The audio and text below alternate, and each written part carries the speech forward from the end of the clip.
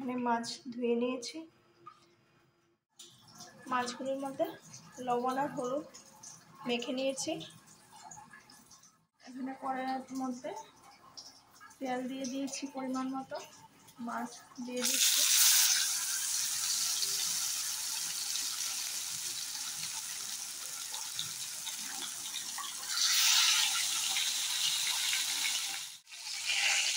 মাছ ভাজাগুলো হয়ে গেছে, আমি একটু ভালো করে মাছগুলি ভাজছি।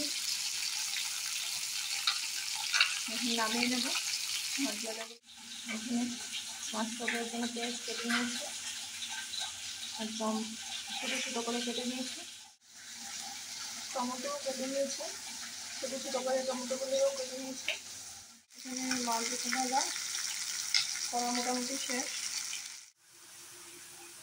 তেলের মধ্যে দিয়ে দিয়েছি, হলুদ দিয়ে দিয়েছি, কাশ্মীরি লঙ্কা দিয়েছি আর জিরা দিয়েছি। পেঁয়াজ তো দিতেই হবে, মাছ পেঁয়াজই করবো বলেছিলাম।